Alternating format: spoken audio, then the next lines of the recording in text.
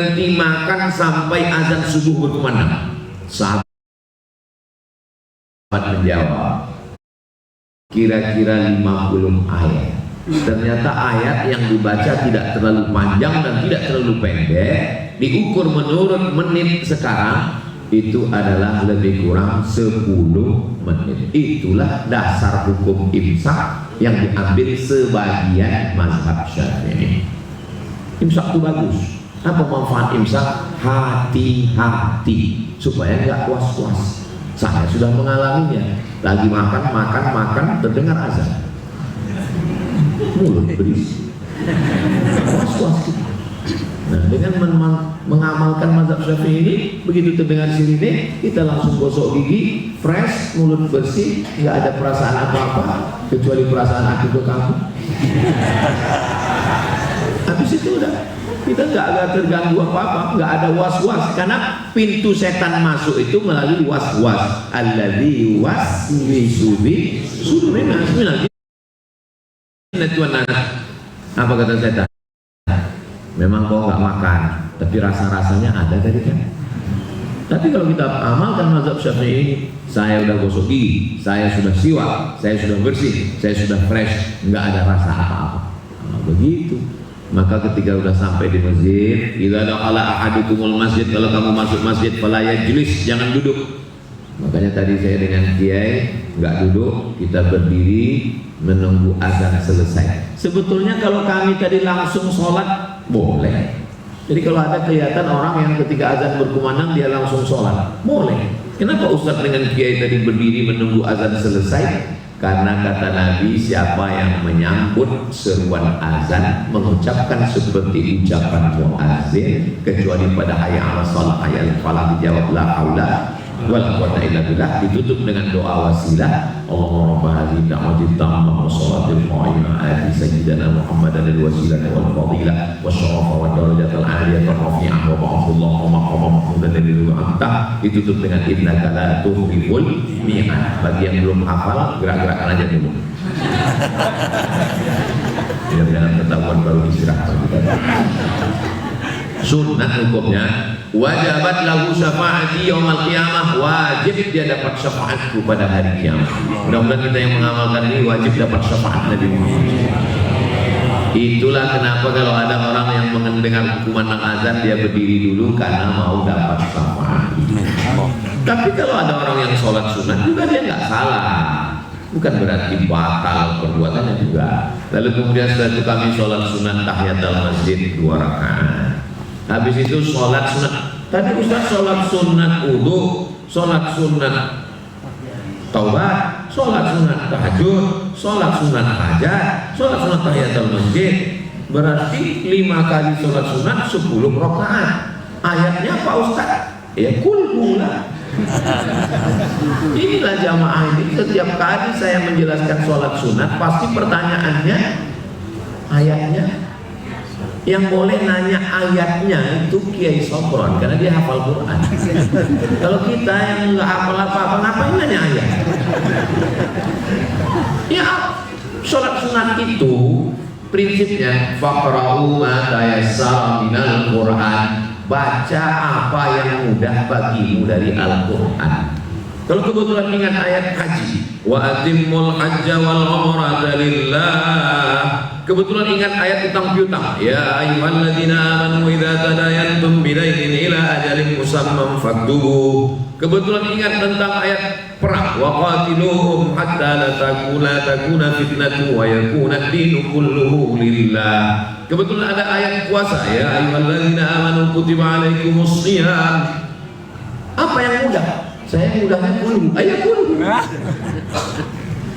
Ada sahabat Nabi namanya Qatadah bin Nu'man.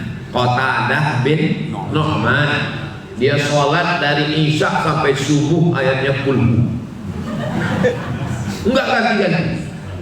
Dilaporkan ke Nabi. Dulu kalau ada orang yang perbuatannya aneh dilaporkan ke Nabi. Ya Rasulullah, ya itu Qatadah bin Nu'man dari isya sampai subuh ayatnya kulhu terus. Apa kata Nabi? Innaha la ta'dilu thulutsal Qur'an. Satu qul huwallahu sama dengan sepertiga Al-Qur'an.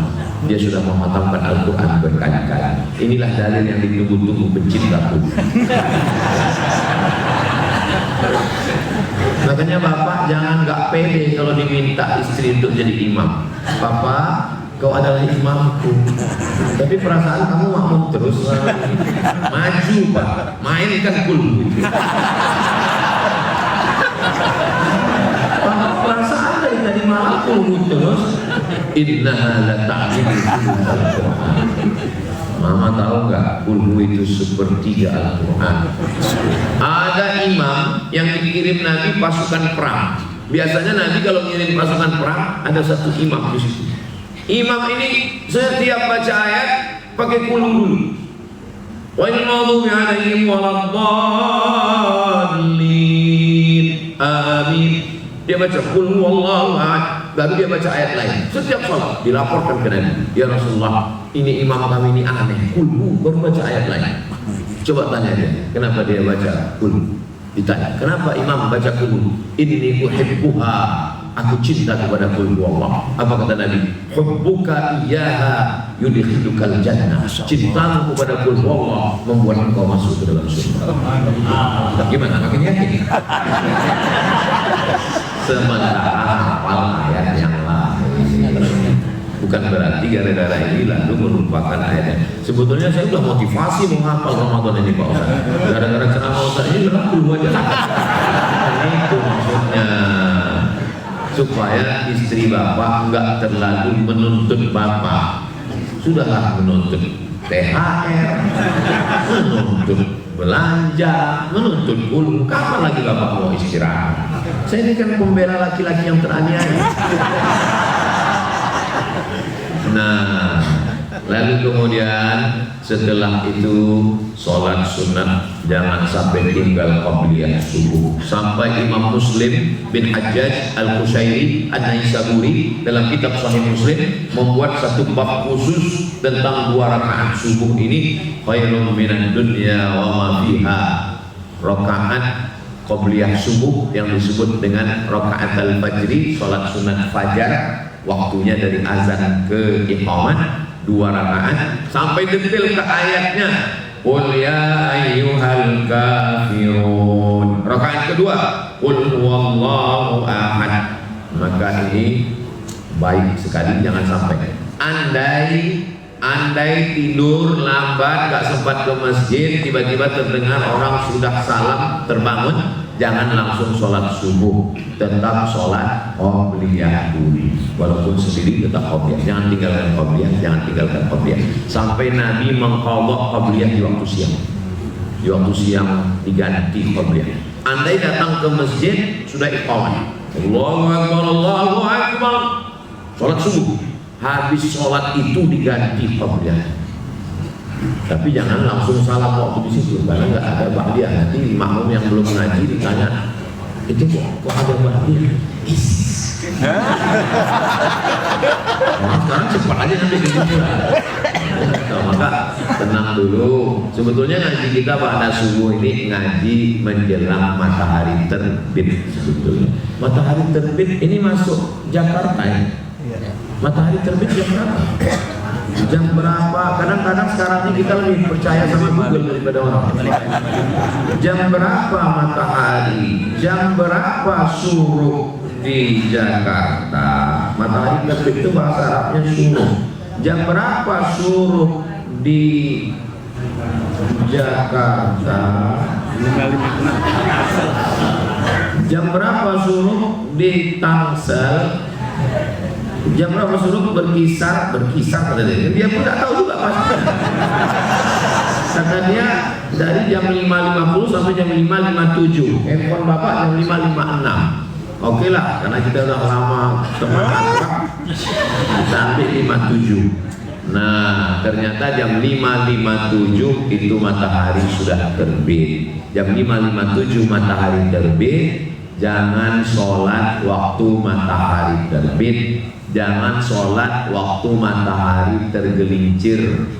Tergelincir terpleset Pak Ustaz, bukan, beralih dari garis tengah. Jangan sholat waktu sore matahari tenggelam, karena 3 waktu itu dipakai untuk menyembah Lata, Uzza, Manat, Hubal, Jibti, Tawud, Naham, berhala-berhala Quraisy. Man tashabbaha biqaumin fahuwa minhum. Siapa yang menyerupai perbuatan orang kafir, maka dia mengikuti orang tersebut. Maka supaya kita beda dengan mereka, lewatkan setinggi tombak. Jadi kalau kita tegakkan tombak di sini, naik matahari setinggi tombak, sekarang diukur menurut ilmu astronomi 12 menit. Jadi kalau jam 5.57 tambah 12 berarti jam 6 lewat 10. Saya mau ngasih tahu, nanti saya berhenti ceramah jam 6 lewat 10. Itu sebetulnya yang mau saya sampaikan. Soalnya kadang orang ceramah ini jam berapa Ustaz ini selesai ya? Saya pernah ceramah, tolong penceramah, sebetulnya jamaah ini udah tahu kalau Ustaz Somad ceramah itu biasanya enggak lebih dari 60 menit. Di mana-mana saya ceramah 60 menit, kecuali subuh ini sampai terbit matahari. Saya pernah ceramah di satu masjid, itu di atas mejanya dibuat lampu 3, hijau, kuning, merah. Terus saya tanya, Pak Ketua Masjid, iya, ini meja bekas juri MTQ ya? Enggak Pak Ustaz. Terus kenapa ada lampunya? Banyak Ustaz yang ceramah lupa kapan berhenti. Terus ya kami hidupkan, kalau udah lewat hidup lampu kuning. Terus saya selama ceramah tadi kok nggak hidup? Kami segan sama Ustaz. Nah, jadi Bapak Ibu sabar sampai jam 6.10. Siapa yang mau pulang masak sarapan silakan. Nah, permisi ya Pak Ustaz, saya pulang dulu mau masak sarapan. Tapi Ibu puasa, anak-anak mau sekolah Pak Ustaz. Ini kan hari Ahad. Memang saya tak tahu hari. Sholat subuh, man sholat subuh fi jama'atin, siapa yang sholat subuh berjamaah, faka'annama sholat laila kullah, dapat pahala seperti sholat sepanjang malam. Man sholat subuh fi jama'atin, siapa yang sholat subuh berjamaah, kana fi zimmatillah, dia dapat perlindungan dari Allah. Man sholat subuh fi jama'atin, siapa yang sholat subuh berjamaah, summa qa'ada yadhkurullah, duduk berzikir mengingat Allah, hatta tatul asyam, sampai terbit matahari, lewatkan 12 menit matahari setinggi tombak, summa yusalli raka'ataini, sholat sunat 2 rakaat. Nama waktunya syuruq, nama sholatnya isyraq. Nama waktunya syuruq, nama sholatnya isyraq, pakai kaf. Kalau pakai kaf, isyraq artinya syirik. Sholat apa tadi? Sholat isyraq, syirik. Sholat isyraq, sholat ketika matahari terbit. Makanya hati-hati membaca Al-Quran ini, ada qaf, ada kaf. Qul huwallahu ahad, katakan Allah itu esa. Qul, katakan. Qul huwallahu ahad, makanlah Allah itu. Rubbatal Quran Al-Quran yang anu. Berapa banyak orang baca Quran dilaknat oleh Quran. Makanya belajar tahsin. Ini masjid ini ada kajian tahsin. Ada. Alhamdulillah. Kiai, santri-santri beliau, juara-juara musabaqah internasional. Enggak ada istilah malu belajar Al-Quran. Belajar Al-Quran itu ribet, jelimet, susah, payah. Siapa bilang? Emangnya kalau belajar bahasa Inggris enggak ada makharijul hurufnya? Belajar bahasa Inggris tetap ada huruf shin, shin. Mana? Organization. Workshop. Where are you going? Shopping center. International. Pakai shin itu. Dalam bahasa Inggris ada juga makharijul huruf tha, health, WHO, World Health Organization. Coba kalau nggak pakai makharijul huruf, mana ngerti itu orang barat. Jadi orang yang mengatakan Islam itu ribet, jelimet, susah, payah, memang itu otak setan. Bisik-bisik setan. Bahasa apapun yang kita pelajari tetap ada. Bahasa Jepang pun ada tulisannya. Mana contoh? Air yang naik ke darat itu disebut dengan pakai sakit sunan. Tanya orang Jepang. Tapi dia dimuliakan Allah Subhanahu wa taala. Orang barat itu karena terlalu fasih membaca nama orang Indonesia pun Mr. Association. Sana Pak Nasution.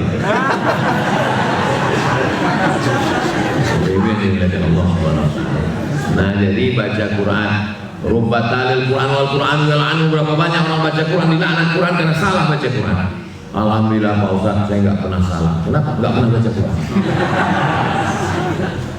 Jangan sampai nggak pernah salah karena nggak pernah buka Quran. Ini bulan Ramadan, bulan turunnya Al-Quran. Kalau ngumpul kita ini semua, siapa yang paling layak untuk maju menjadi imam? Aqra'uhum, orang yang paling bagus bacaannya. Aqra'uhum, orang yang paling banyak hafalannya. Aqra'uhum, orang yang paling paham. Itu tadi kenapa kiai yang maju ke depan. Kenapa? Beliau ada tiga-tiganya. Beliau hafal 30 juz, beliau pimpinan pondok baca kitab kuning, beliau paham isi Al-Quran. Jadi kadang banyak orang ini petantang petenteng aja, mentang-mentang dia paling kaya, maju dia ke depan. Mentang-mentang tanah itu tanah wakaf bapak dia, maju dia ke depan. Kalau kita mau menunjukkan kehebatan kita bukan menjadi imam itu, tapi pada membangun masjid yang megah, yang cantik. Masjid ini cantik sekali, bagus sekali, hasilnya banyak sekali. Pintunya pintu masjid di Nabawi, masya Allah, dua lantai sampai di atas seperti di pondok di tengah sawah. Betah. Mudah-mudahan orang yang mewakafkan tanah masjid mengalir pahalanya. Amin. Lanjut. Masjid di tempat-tempat saya ceramah itu kadang kita habis sholat nempel pasir itu di keding. Kenapa? Lantainya belum disemen. Masjid At-Taqwa ini batu marmernya manjat sampai ke dinding. Kalau ada tukang yang pandai masang di atap pun di marmer. Biasa. Begitulah kalau mau menunjukkan kekayaan bukan pada cincin gelang rantai emasnya. Kalau mau menunjukkan kekayaan bukan pada rumahnya, rumah Allah dimewahkan, dimegahkan. Ini banyak orang punya banyak emas tapi masjid susah. Tapi di Masjid At-Taqwa ini emasnya dipasang. Sehingga ada haibahnya, ada wibawanya masjid ini. Lihatlah bagaimana raja-raja dulu, ketika mereka tahu laki-laki nggak boleh pakai emas, sementara dia raja, apa yang dipasangnya emas? Mizab itu dia kasih emas. Mizab pincuran Ka'bah yang di tempat Hijr Ismail. Pintu Ka'bah itu dia pasang emas. Kenapa raja-raja dulu memasang pintu Ka'bah itu emas? Saking bingungnya dia, emasnya untuk apa? Dipakai cincin nggak boleh, pakai rantai nggak boleh, pakai perhiasan nggak boleh. Maka pintu Ka'bah itu dia buat emas. Itulah hebatnya mereka. Nah, makanya kalau ada di sini orang kaya bingung emasnya mau dibuat kemana, di sini nggak usah lagi cari di sini. Ini emas. Sampai akhirnya terbit matahari, lewatkan 12 menit. Nanti jam 6 lewat 10 kita sholat sunat isyraq. Usolli sunnatal isyraq raka'ataini lillahi ta'ala, sholatnya masing-masing. Kanat lahu ka'ajri hajjatin wa umrah, dapat pahala seperti haji dan umrah. Tamah. Ini hadisnya sahih Pak Ustaz. Hadisnya hadis hasan. Hadis hasan dengan sahih, nggak ada ikhtilaf di antara ulama. Hadisnya ada dalam kitab Sunan At-Tirmidzi, bisa diamalkan setiap hari, alhamdulillah. Gak bisa tiap hari karena masuk kerja kantor hari Sabtu, hari Ahad. Nah, ini hari Ahad bisa. Berarti selama Ramadan ini bisa 8 kali. Gak bisa 8 kali, 4 kali. Ahad. Gak bisa 3, gak bisa 2, gak bisa sekali Ahad. Gak bisa juga mati aja. Belum tentu Ramadan ini ada lagi tahun depan untuk kita. Ramadannya datang insya Allah, tapi kita belum tentu ada. Berapa banyak kawan sahabat jamaah kita di Ramadan tahun lalu ada, sekarang sudah enggak ada. Maka kita jadikan ini, Nabi kalau sholat itu kata dia, sholatu sholatal muwaddih, sholat engkau seakan-akan ini sholat terakhir. Ini sholat subuh ini seakan-akan sholat subuh terakhir. Ramadan ini seakan-akan Ramadan yang terakhir. Maka kita menganggap inilah bekalku yang akan kubawa menghadap Allah Subhanahu wa Ta'ala. Anak-anak bawa semua, anak-anak muda. Saya senang sekali subuh ini saya lihat banyak anak-anak muda. Ustaz jangan ngomong gitu lah, kami kan udah tua Pak Ustaz. Nggak ada yang tua, ini hanya anak muda yang terjebak di tubuh yang tua. Siapa yang sholat subuh berjamaah, siapa yang ngaji maka dia anak muda walaupun dia tua. Siapa yang nggak sholat berjamaah, nggak ngaji walaupun dia muda, sesungguhnya dia adalah jompo. Lautan kan kuseberangi, bukit kan kudaki, masjid kulewati. Nah, doakan supaya kita semua bisa istiqomah sholat. Amin ya Allah. Sementara matahari terbit itu ngapain? Zikir. Itu maka tadi Kiai berzikir, Astaghfirullahaladzim, Astaghfirullahaladzim, La ilaha illallah wahdahu la syarika lah, Allahumma antas salam, Subhanallah, Alhamdulillah, Allahu Akbar. Tapi beberapa masjid zikirnya nggak bunyi Pak Ustaz. Zikir habis sholat ini bunyi atau nggak bunyi? Kalau saya nanya, nggak usah jawab, itu saya jawab sendiri. Sahabat Nabi namanya Abdullah bin Abbas ditanya, Abdullah bin Abbas, ya, Nabi habis sholat itu zikirnya kuat atau pelan? Kata Abdullah bin Abbas, zikirnya kuat. Dari mana kamu tahu?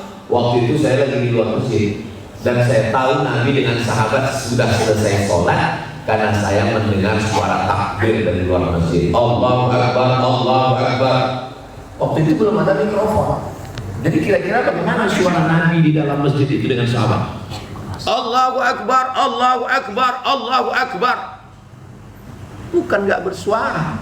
Makanya ketika ulama Saudi Arabia Syekh Ibnu Utsaimin ditanya, Syekh Ibnu Utsaimin, ya, zikir setelah sholat itu jahar apa sir? Jahar, kata Syekh Ibnu Utsaimin. Mana dalilnya? Hadis Abdullah bin Abbas. Sama, sepakat dalilnya. Maka menurut mazhab Hambali, mazhab yang keempat, Hanafi, Maliki, Syafi'i, Hambali, menjaharkan zikir setelah sholat hukumnya sunnah. Sedangkan menurut mazhab Syafi'i, menjaharkan zikir setelah sholat sunnah untuk ngasih tahu makmum. Tapi kalau makmumnya sudah tahu, dibaca sir. Terus kenapa Ustadz dengan Kiai kalau habis sholat itu zikirnya jahar terus? Karena di belakang nggak semua makmum udah tahu. Di belakang itu ada 3 kelompok. Pertama, anak kecil yang belum tahu. Yang kedua, orang tua tapi baru tahu. Yang ketiga, ada orang yang nggak mau tahu. Maka dia mesti dikasih tahu. Macam mana bunyi zikirnya? Jangan sampai anak kita pulang lalu ibu nanya, nah, gimana bacaan zikir selesai sholat?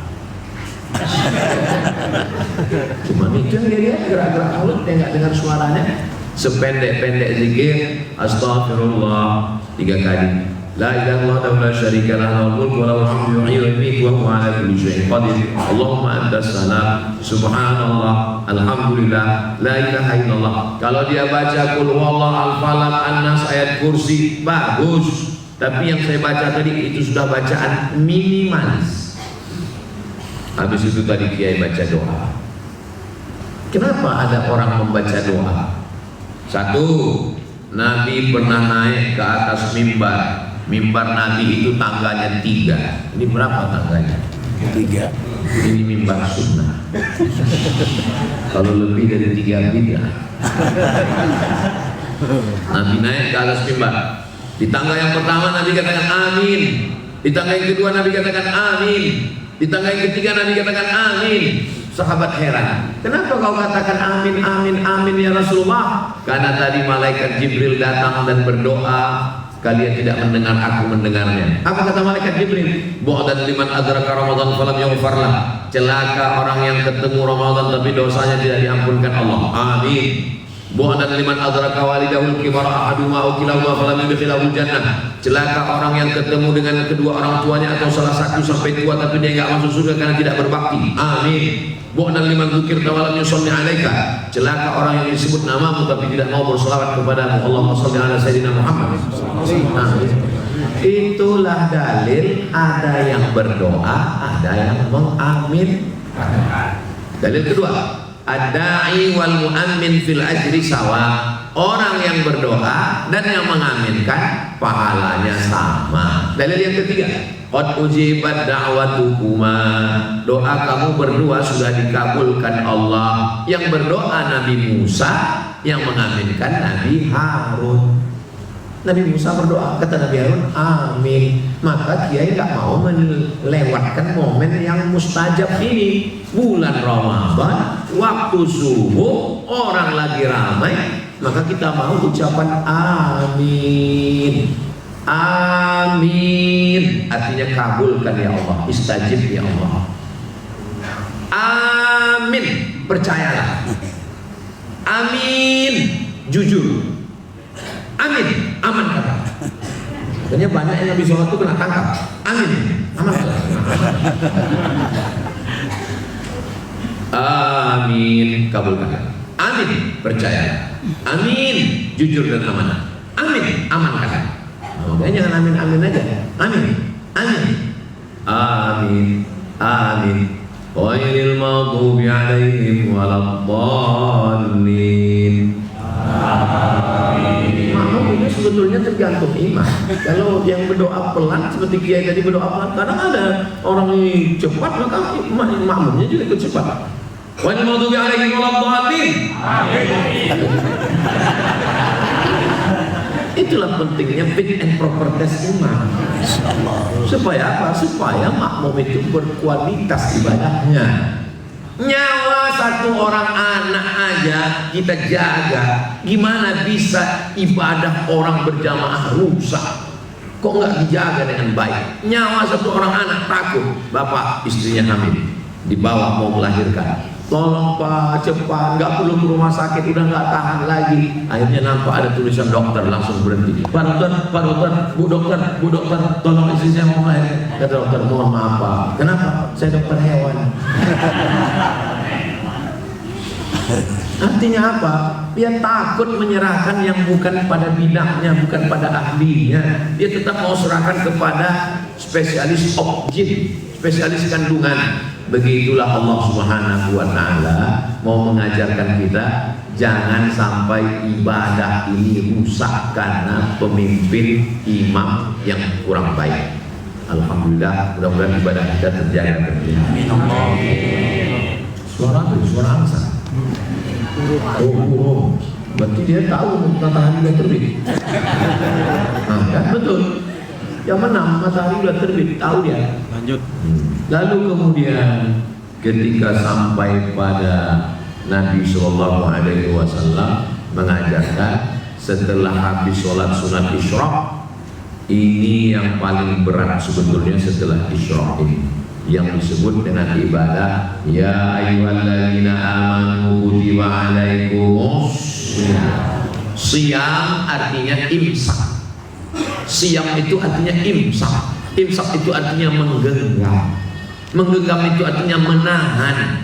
Menggenggam mata, menggenggam lidah, menggenggam telinga, menggenggam hati, menggenggam tangan, menggenggam kaki, menggenggam pikiran. Makanya puasa dibagi 3 level. Level ekonomi, VIP, VVIP. Level yang paling bawah tahan makan, tahan minum. Nah, itulah puasa. Cuma nahan makan, tapi mulutnya cerita semua, matanya semua ditengok. Level yang di atas itu makan, minum, mata, telinga ditahan semua. Alhamdulillah Pak Ustaz, suami saya itu menahan matanya dari mulai subuh sampai maghrib tertutup terus Pak Ustaz. Memang dia tahan. Bangunnya cuma zuhur, habis itu cuma asar. Kalau ditanya, Bapak kok tidur terus? Naumus shaim wal ibadah. Tidurnya orang puasa adalah ibadah. Bismika Allahumma ahya. Lalu kemudian level yang paling tinggi adalah puasanya wali-wali Allah. Dia tidak mengingat kecuali hanya Allah. Itu yang disebut dalam Al-Quran, alladzina yadhkurunallaha qiyaman, orang yang mengingat Allah waktu tegak, wa qu'udan, waktu duduk, wa ala junubihim, waktu berbaring. Dulu saya waktu pertama kali umroh haji, heran kenapa di jalan itu setiap ketemu tiang listrik subhanallah, alhamdulillah, la ilaha illallah, wallahu akbar. Ternyata maksudnya supaya sambil nyetir itu ingat subhanallah, suruh pikir terus. Beda dengan tempat kita, begitu kan ikhlas, ikhlas. Akhirnya waktu mau mati pun ingat ikhlas. Apa yang sering kita lihat, apa yang sering kita dengar, apa yang sering kita pikirkan, itulah yang akan datang waktu kita nanti sedang koma, sedang sakit, sedang mau sakaratul maut. Makanya banyak-banyak berzikir subhanallah walhamdulillah wa la ilaha illallah wallahu akbar. Kalimatani, dua kalimat, khafifatani 'alal lisan, ringan di lidah, thaqilatani fil mizan, berat pada timbangan mizan, habibatani ila rahman, disukai Allah. Subhanallah wa bihamdihi subhanallahil azim, subhanallah wa bihamdihi subhanallahil azim. Terus kalau pas lagi saya tugas di kantor, di pasar, ada orang ngajak ngobrol, ya tetap ngobrol. Mulutnya ngobrol, tapi hatinya iya. Sebetulnya doa-doa yang kita baca itu untuk mengingatkan kita bangun tidur, alhamdulillah di ahyana ba'da ma amatana wa ilaihin nusyur. Mau masuk toilet, Allahumma inni a'udzubika minal khubuthi wal khaba'ith. Keluar dari toilet, ghufranaka. Melihat wajah di cermin, Allahumma kama hasanta khalqika wa hasin khuluqi. Mau makan, Allahumma barik lana fima razaqtana. Mau buka puasa, Allahumma dhahaba, Allahumma laka sumtu dhahaba. Jangan baca lagi Allahumma laka sumtu. Allahumma laka sumtu itu hadisnya dhaif. Terus baca dhahaba dhama'u wa batalatil uruq wa thabatal ajr. Itu dhaif juga, bro.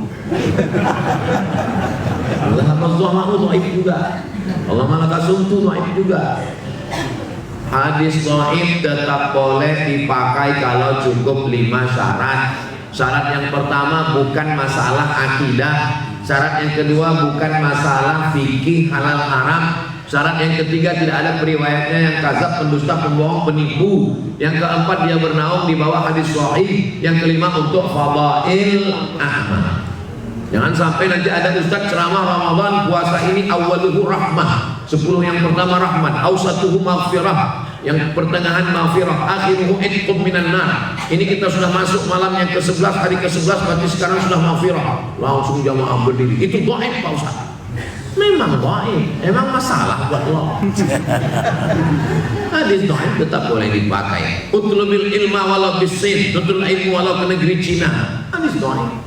Dulu disuruh kita nuntut ilmu walau ke negeri Cina. Sekarang nggak usah lagi karena Cinanya udah datang sih.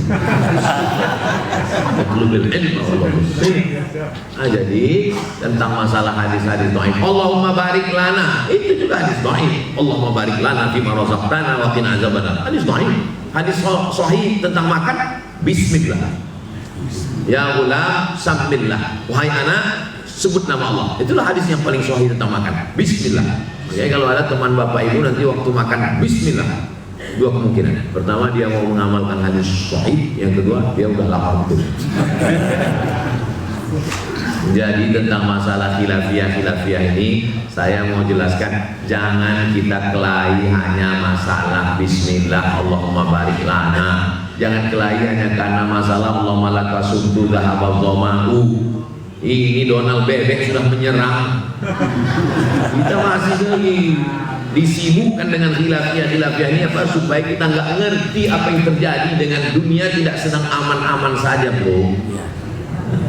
Masalah khilafiyah ini tidak pernah selesai.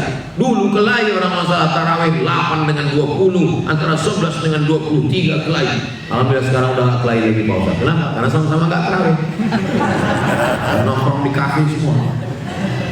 Bapak Ibu yang dimuliakan Allah Subhanahu wa taala, jadi bulan ini diisi dengan hampir tidak ada waktu itu yang kosong. Dari mulai bangunnya, sahurnya, sholatnya, zikirnya, doanya, iktikafnya, dan sampai petangnya. Mudah-mudahan puasa kita nanti sampai petang selamat. Amin.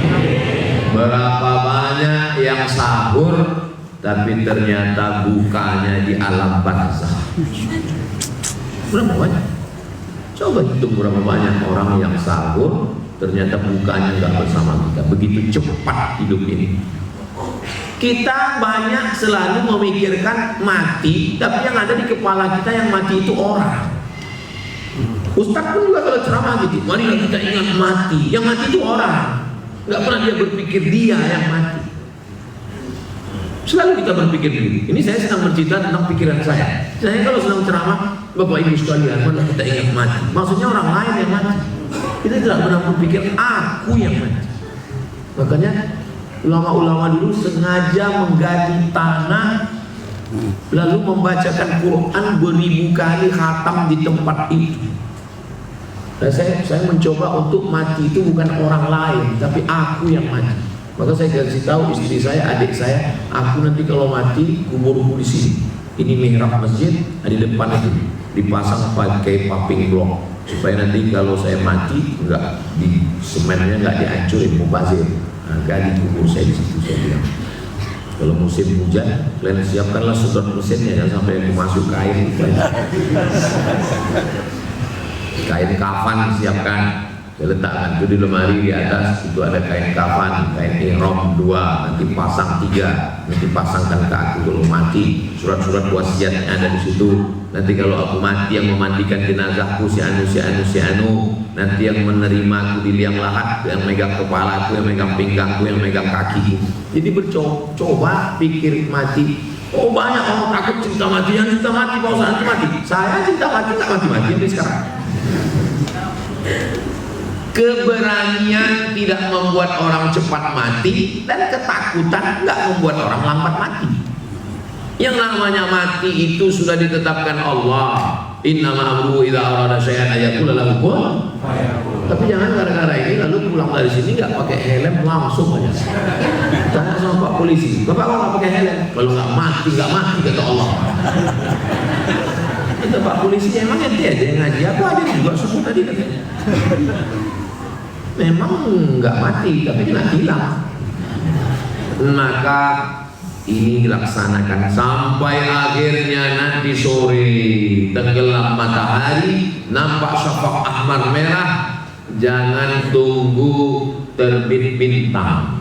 Kenapa? Karena mereka berpuasa juga, tapi berbukanya ketika sudah muncul bintang gelap. Maka membedakan puasa kita dengan puasa mereka, kata Nabi, adalah ketika sudah syafaq ahmar, yang nampak warna merah di barat itu langsunglah kita buka. Allahumma laka sumtu zahabad dhama'u wa batallatil uruq wa sabatal ajru Allahumma barik lana bismillah anis shaim hatta yuftir. Di antara doa yang makbul adalah orang yang berpuasa sampai dia berbuka.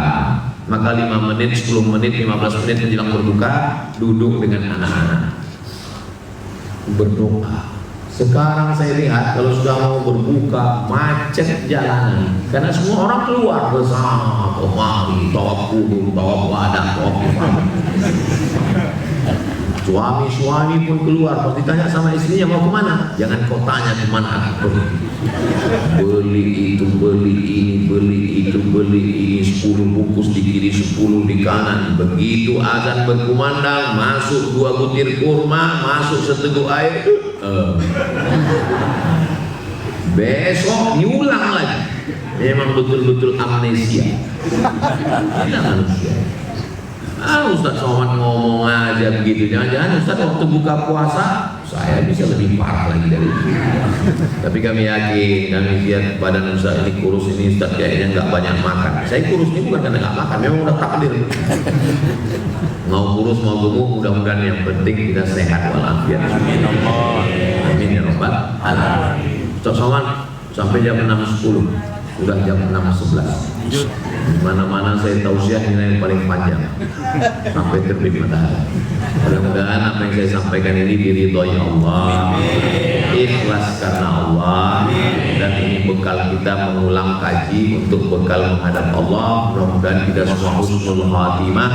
Bagaimana kita dipertemukan di dunia, dipertemukan di surga bersama Rasulullah SAW. Allahumma kama jama'tana fi hadhihi dunya, sebagaimana Kau kumpulkan kami di dunia fi hadzal syahril mubarak, di bulan yang penuh dengan keberkahan. Fajma'na ma'al habibil mustafa, kumpulkan kami nanti di surga ma'an nabiyyin, bersama nabi-nabi, wasiddiqin, bersama orang yang benar, wasyuhada, bersama orang yang mati syahid, wassalihin, bersama orang yang saleh. Ya muqallibal qulub, Engkau yang membolak-balikkan hati, sabbit qulubana, kokohkan hati kami ala dinik, dalam agamamu, ala ta'atik, dalam ketaatan kepadamu.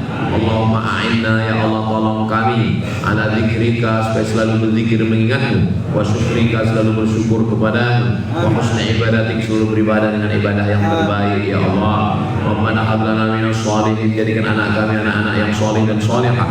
Rabbana hab lana min azwajina wa dzurriyyatina qurrata a'yun, jadikan pasangan hidup kami, keturunan kami orang-orang yang sejuk dipandang mata dan menenangkan hati kami.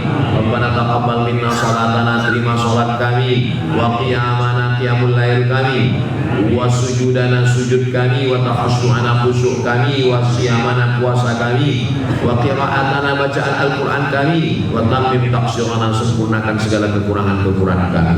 Waqtim bisolihati a'malana, tutup umur kami dengan husnul khatimah. Allahumma ja'al akhir kalamina, jadikan akhir kalam kami indah jahil ajalina, ketika ajal kami sampai, kalimat yang terakhir keluar dari mulut kami, la ilaha illallah Muhammadur Rasulullah sallallahu alaihi wasallam, kalimat haqqin alaiha nahya, dengan itu kami hidup, wa alaiha namutu, dengan itu kami mati, wa biha nub'atsu, dengan itu kami nanti dibangkitkan di mahsyar bersama orang-orang yang soleh dan beriman kepadamu. Rabbana atina fid dunya hasanah wa fil akhirati hasanah wa qina adzabannar. Wa sallallahu ala sayyidina Muhammad wa ala alihi wasallam, walhamdulillahi rabbil alamin. Terima kasih segala perhatian, mohon maaf segala kesilapan. Kita sholat sunat isyraq 2 rakaat. Saya tutup dengan pantun penutup, menangkap puyuh di Bukit Selasih. Thank you dan terima kasih. Assalamualaikum warahmatullahi wabarakatuh.